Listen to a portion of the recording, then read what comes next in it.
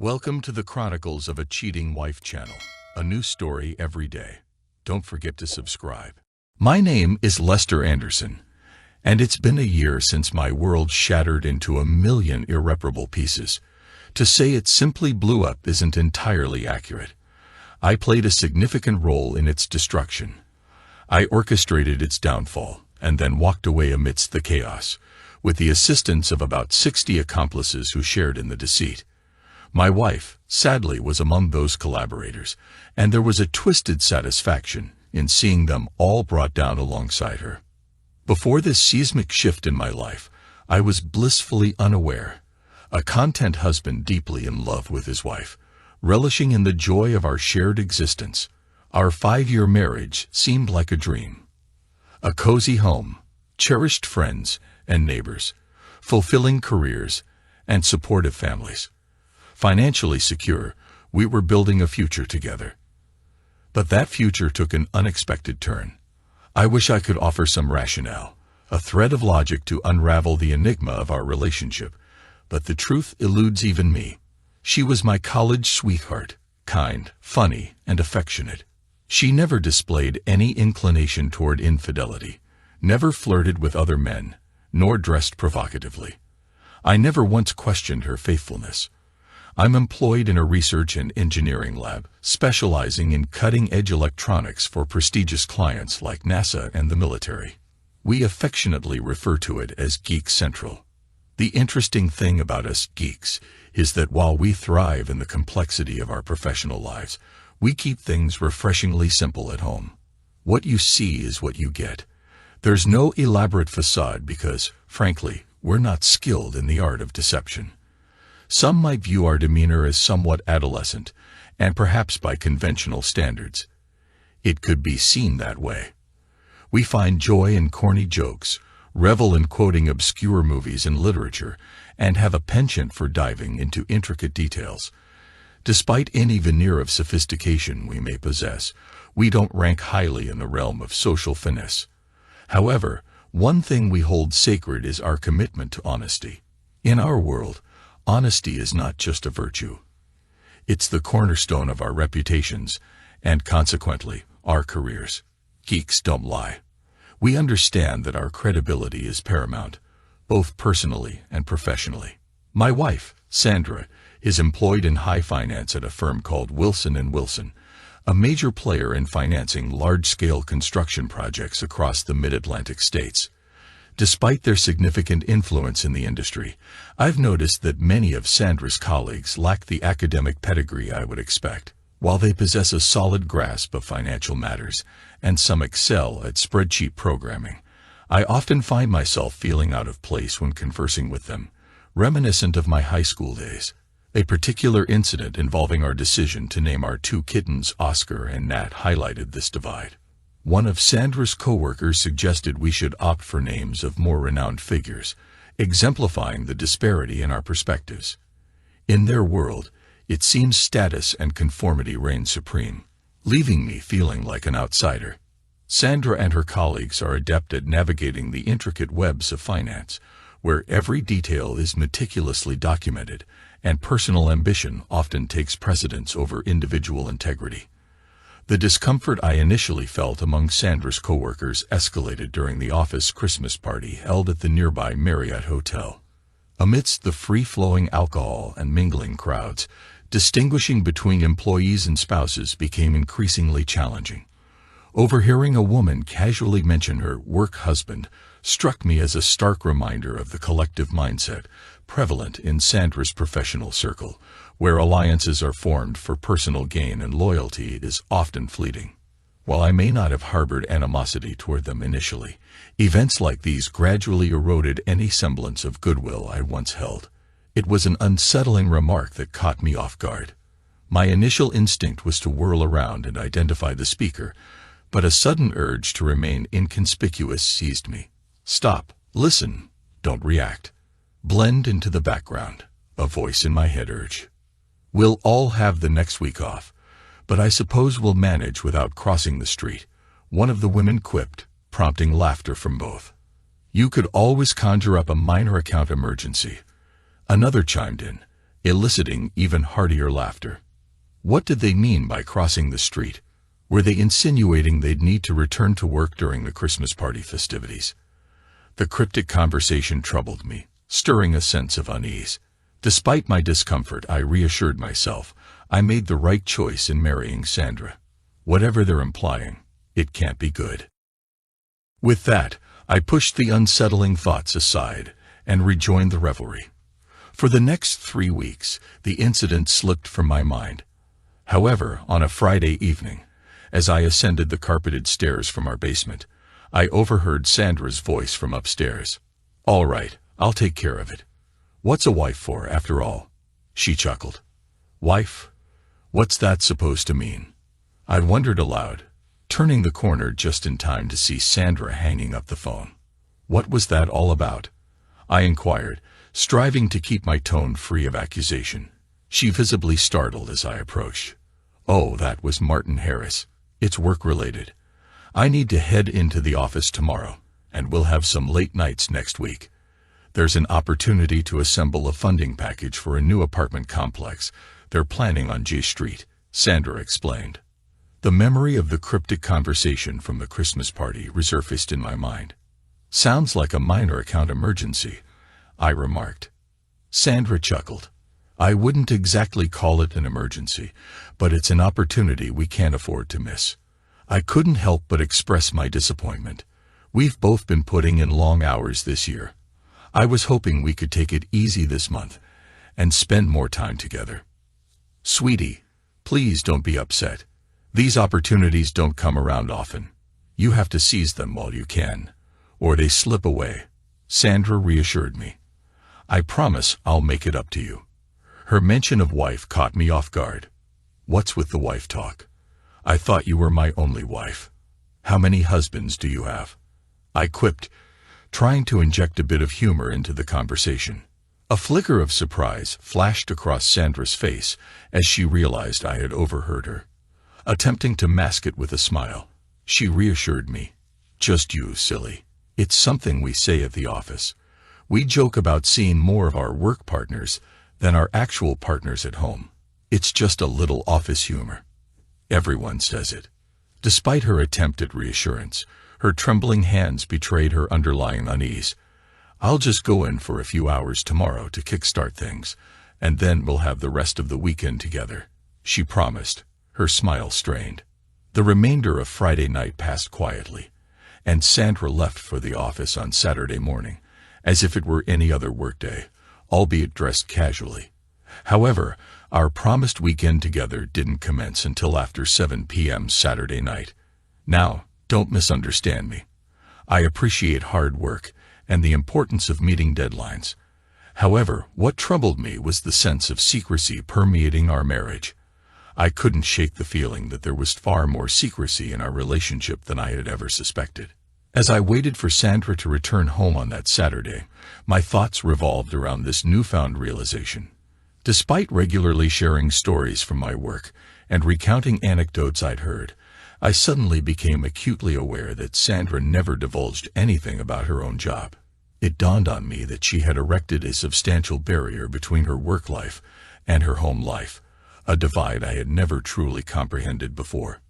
When my wife finally arrived home on Saturday night, she headed straight for the shower while I got started on grilling some steaks.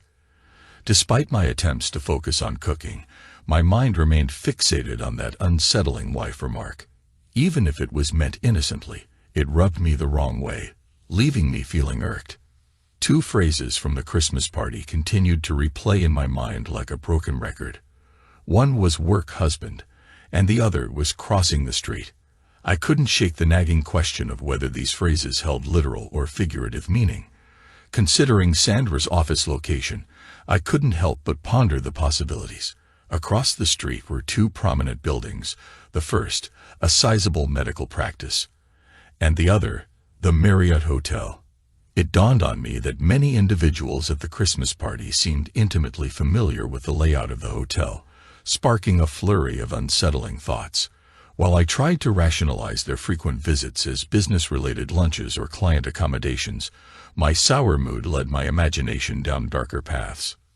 That week, feeling an overwhelming need for a break from the lab, I made a conscious decision to have my lunch in the solitude of my car.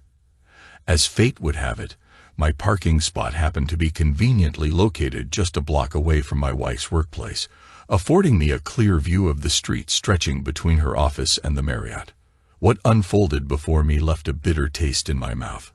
Around 11:45 on Monday morning, just before the lunch hour, I observed several couples strolling across the street and disappearing into the Marriott. By 12:30, the same couples leisurely made their way back to their respective offices. Not a single group of 3 or 4, just pairs. While I didn't catch sight of my wife among them, my unease only intensified. The following day yielded a similar sight, different couples, but the same suspicious behavior.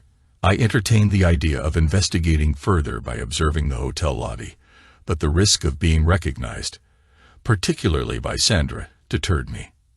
In a move born out of desperation, I took a step I never imagined I would. That very afternoon, I enlisted the services of a private detective named Tristan Howard. I briefed him on what I had witnessed and outlined my desperate need for answers, providing him with a photograph of Sandra. His advice was as perplexing as it was disconcerting. Don't dwell on it. Resume your normal routine and trust that if there's something to be found, it will reveal itself soon enough. Though I voiced my hope that my suspicions were unfounded, I returned to work, grappling with a torrent of emotions. My investment in Tristan's services proved worthwhile. Thursday morning, he sat me down in his office and delivered the grim truth. On Wednesday morning, at precisely 11:45, my worst fears were confirmed. My wife entered the Marriott lobby with Martin Harris's arm draped around her waist. A fleeting stop at the reception desk secured them a key before they ascended to the 4th floor, not re-emerging until close to 12:40. Tristan, with his knack for gathering discreet information, had a private conversation with the desk clerk, shedding light on a disheartening truth. My wife and her alleged work husband were frequent guests at the hotel. This revelation came at a swift cost of $300, a mere down payment according to Tristan, who cautioned me that obtaining incontrovertible evidence would come at a higher price. Despite my internal turmoil and self-loathing for entertaining such suspicions, I resolved to obtain ironclad proof, even if it meant delving into the darkest corners of my thoughts. To achieve this, Tristan proposed a plan involving cooperation from the desk clerk and strategic room rentals. He would ascertain the room my wife and her colleague would occupy during their next visit, renting the adjacent rooms to install discreet video surveillance. It entailed additional expenses, a bribe included, but I was willing to pay whatever it took to uncover the truth. The past 7 days had been excruciatingly painful. I attempted to distance myself from Sandra as much as possible, yet she couldn't help but notice my erratic behavior. Brushing off her inquiries with vague mentions of work, I doubted she bought my flimsy excuses. Despite my efforts to maintain a facade of normalcy, my heartache was palpable. When Sandra expressed a desire for intimacy, I reluctantly obliged, convincing myself that if I hadn't discovered anything concrete yet, perhaps there was nothing to find. But as we made love, my heart was heavy with a mixture of anger and anguish. It felt like my marriage was unraveling before my eyes. Tristan's call from the clerk came as a bleak confirmation of my worst fears. He secured the room for the following Wednesday morning and evening, and I found myself sitting in his office on Thursday morning, clutching the evidence that shattered my world, watching the gut-wrenching 40-minute video of my beloved wife, the very center of my universe, engaged in intimate acts with her supposed work husband, Martin Harris, left me utterly devastated. In moments of turmoil, a geek's mind can wander down strange paths. I recalled an old joke about a husband discovering his wife's infidelity and threatening her lover with a gun, saying, "Don't laugh. You're next." But I vowed to maintain a sense of order amidst the chaos. They would face the consequences of their betrayal, and I would find the strength to walk away. Before confronting the situation head-on, I knew I needed some time away.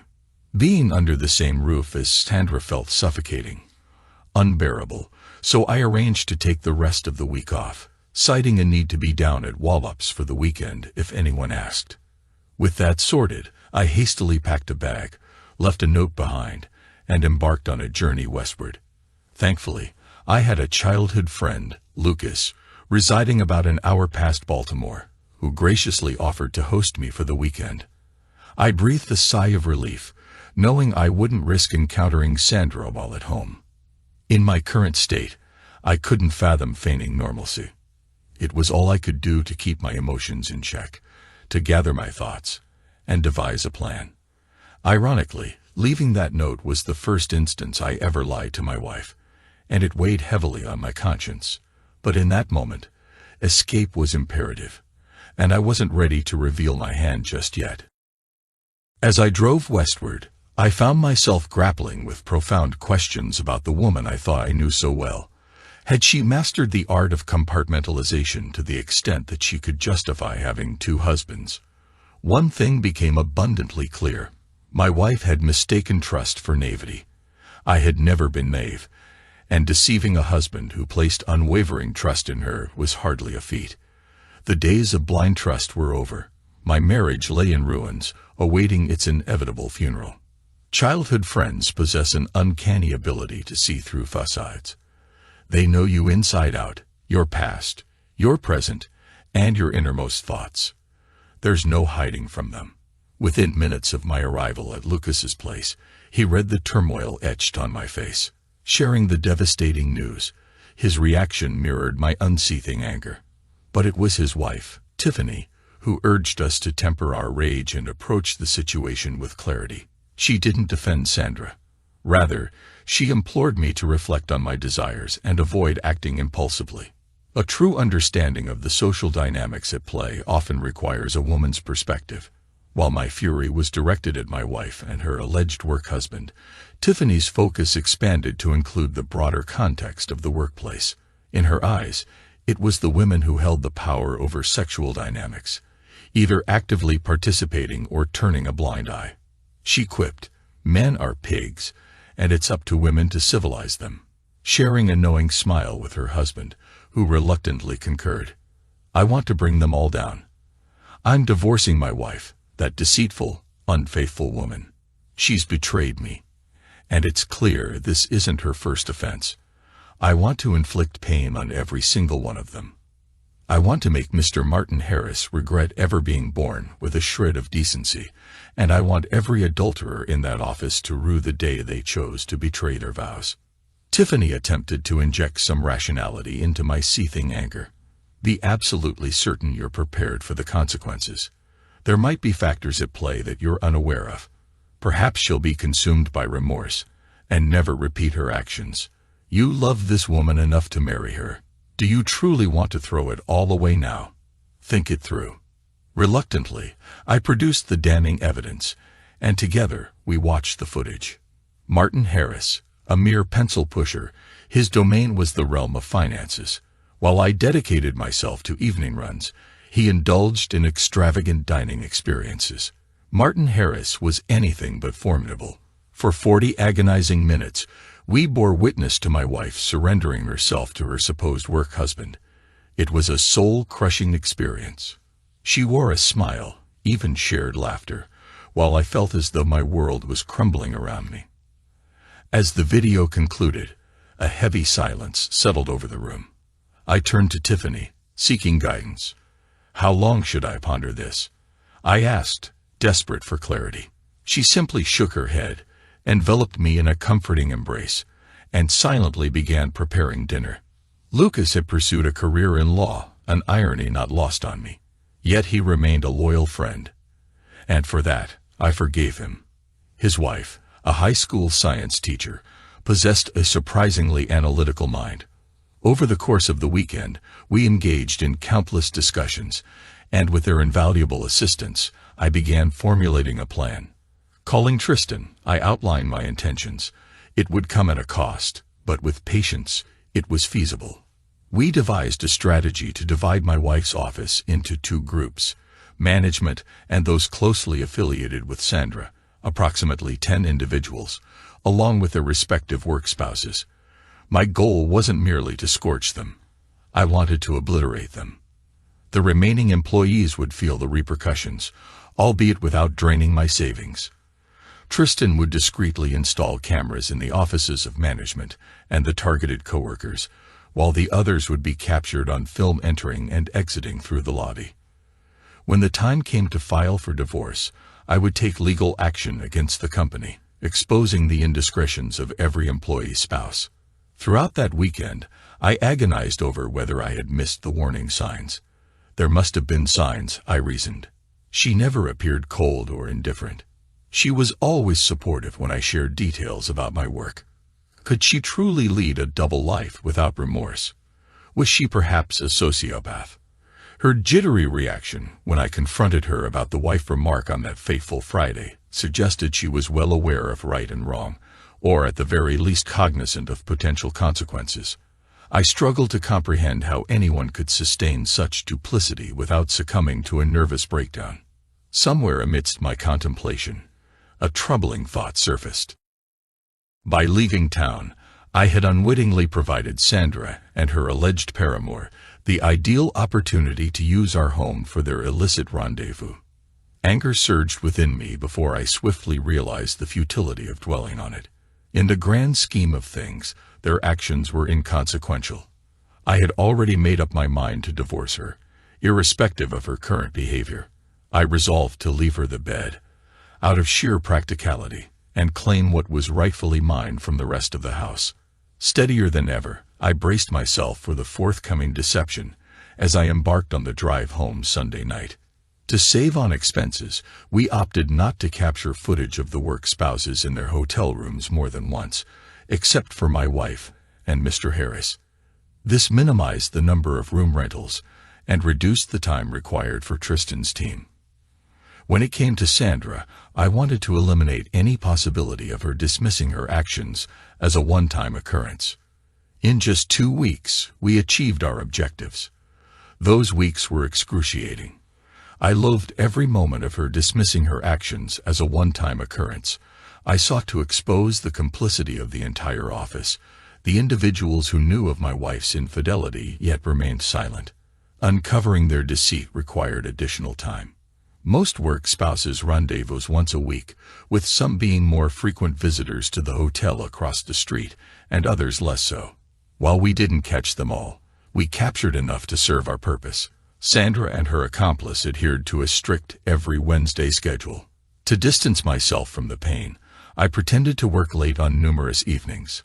However, the ache of being home was unbearable.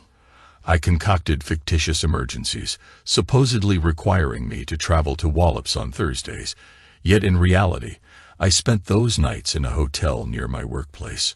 On Friday nights, I sought solace in visiting Lucas and Tiffany once more, and on Monday nights, I returned to the hotel, seeking refuge from the torment of home.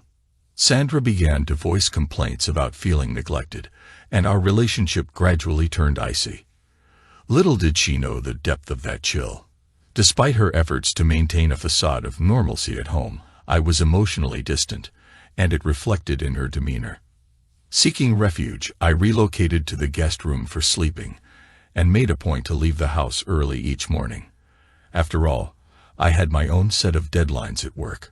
Perhaps Sandra sensed the strain in our marriage, or perhaps she bought into my flimsy excuses, or maybe she simply didn't care. Regardless, it didn't deter her from continuing her Wednesday lunches with her work husband. If anything, their lunch breaks only seemed to lengthen. It became evident that infidelity ran rampant in her workplace, with a significant portion of the staff, including many in senior positions, engaging in extramarital affairs. It was a case of the rot starting from the top. As the saying goes, months later, upon reflection, I realized a glaring absence in the 3 videos I had viewed. Not once did they mention me. Neither he nor she spoke ill of me or felt the need to defend my honor. What stung even more was the sight of her wearing her wedding rings throughout those encounters, a silent testament to her indifference towards our marriage. It was as though I were invisible, non-existent in that aspect of her life. While there was a semblance of tenderness between the two lovers, it felt hollow, lacking the genuine intimacy one would expect from a committed relationship. They were more than mere casual partners, yet fell short of being true lovers. The moment I witnessed my wife and her work husband saunter through the lobby, his arm possessively around her waist, heading towards their rendezvous, I knew the marriage was beyond salvaging. Watching them engage in their tryst confirmed there would be no room for discussions, excuses, or worn-out cliches. I was resolved to obliterate not just our marriage, but also her entire workplace. I had no interest in hearing her apologies or witnessing her tears, and the mere notion of it being solely about sex was abhorrent. 3. No 4 encounters would shatter any delusions of her fidelity. My lawyer meticulously drafted the legal documents, while Tristan handled the rest. At precisely 10 o'clock on Monday morning, a process server strode into the offices of Wilson & Wilson, serving both Sandra and Martin Harris at their desks. With a deliberate stride, he proceeded to the CEO's office, where he served the company itself. It's almost ironic in hindsight. The CEO, Simon Wilson, was complicit in the very infidelity I sought to expose. At 67, he had a trophy wife scarcely half his age. What drove him to seek solace in the arms of a 45-year-old secretary remains a perplexing enigma to me. My phone incessantly buzzed at 10:20, but I silenced it without a second thought. Meanwhile, 5 of Tristan's operatives commenced distributing manila envelopes to the genuine spouses of every employee of the company. Some received photographs, others videos, accompanied by detailed reports they could utilize in divorce proceedings. Martin Harris' wife was given a particularly substantial envelope. For others, a letter served as a wake-up call, enlightening them about the unsavory activities unfolding at Wilson & Wilson, should they wish to confront their spouses upon returning home. Each envelope bore a brief note. In the spirit of transparency, you can thank Sandra Anderson for bringing this to our attention. I couldn't help but wonder how many allies my deceitful wife would have come Tuesday morning. Wilson & Wilson's demise was swift and profound. Following my lawsuit against the company, a deluge of 20 additional legal actions ensued. Divorces proliferated throughout the office like a raging inferno, consuming even marriages where evidence of infidelity was absent. Management's attempts to terminate employees tainted by the scandal only unveiled their own complicity in the debacle. Innocent individuals departed rapidly, seeking to salvage their tarnished reputations. The media seized upon the spectacle, and within 2 weeks, an article chronicling the firm's downfall prominently featured the term, work spouses. I couldn't help but speculate about the source of that phrase. Perhaps it was coined by some clueless husband, ignorant of the realities of corporate culture. Business dwindled in the wake of the scandal, culminating in the closure of the office within 2 months. For nearly a year, the once bustling building stood eerily vacant. Eventually, I found myself seated across from Sandra in my lawyer's office. Tears streamed down her face as she attempted to convey remorse. After weeks of receiving a barrage of angry messages, punctuated by denials, pleas, and futile attempts at bribery and negotiation, she finally assumed a modicum of accountability for her actions. She attributed her transgressions to the allure and atmosphere of high finance. I struggled to comprehend the correlation between her infidelity and the financial sector, but evidently it was ingrained in the culture. However, her apology was short-lived. In a baffling turn of events, she attempted to shift blame onto me, asserting that my failure to communicate my concerns contributed to the situation. Ridiculous. You shouldn't need to remind your spouse to abstain from engaging in extramarital affairs, let alone cultivating a so-called work husband in the first place. Sandra's infidelity remained a perplexing enigma to me, as she never provided a satisfactory explanation. All I could discern was that she had undergone a profound transformation. The once bright-eyed and seemingly honest woman with a passion for business had morphed into a deceitful and duplicitous individual, seemingly guided by the mantra, "What he doesn't know won't hurt me."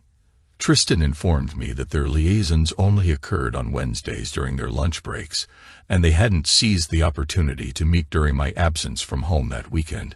It was as if Sandra adhered to some twisted form of dual marriage, where cheating was constrained but not entirely eradicated.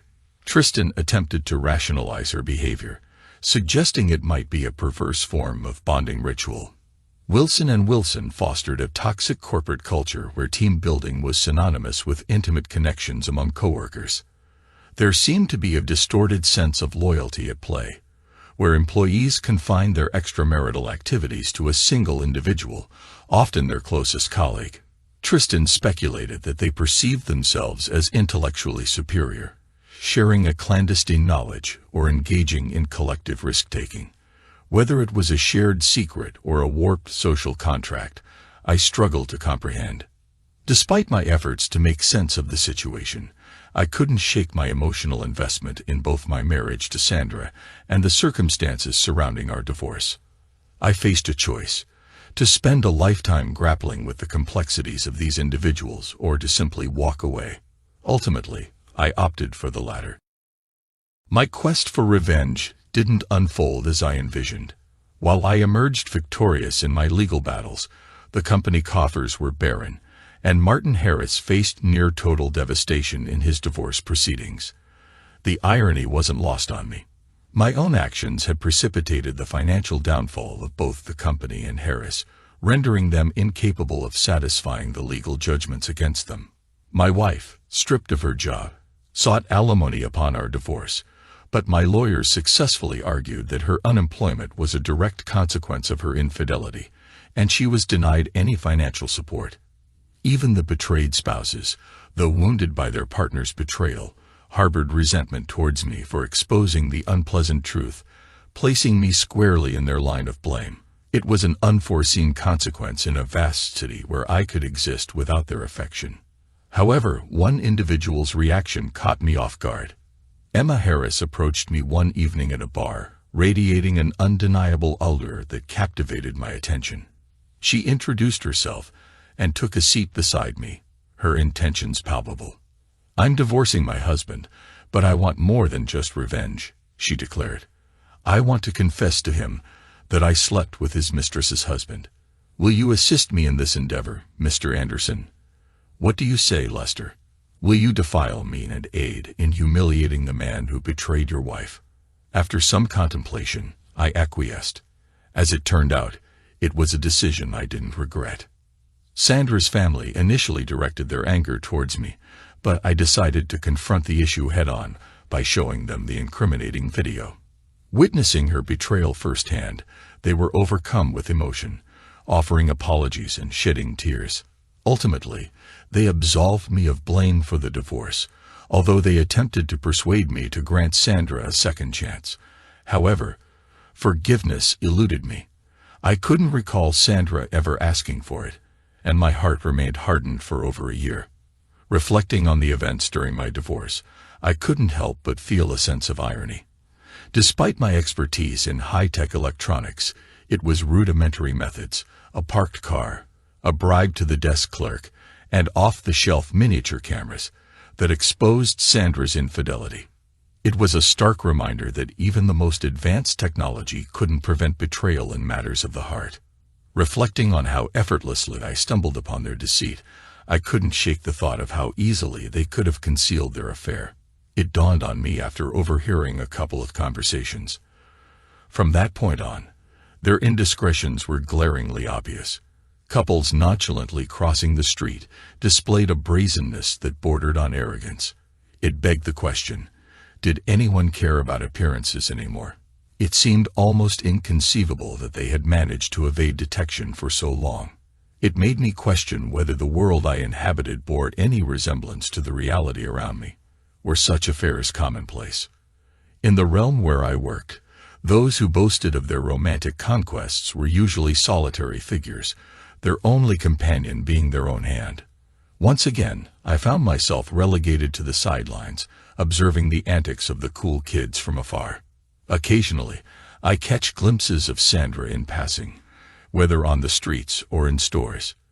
We never exchange words, and I remain oblivious to her current endeavors. When our eyes meet, I see a flicker of sorrow in hers, but I can't bear to hold her gaze for long. The mere sight of her still tugs at my heartstrings, a reminder of the life I once knew that now lies in ruins. I've turned a corner, embarking on a journey of starting anew. Like a detonator igniting an explosion, I set events in motion that tore apart not only our relationship, but also my own sense of self.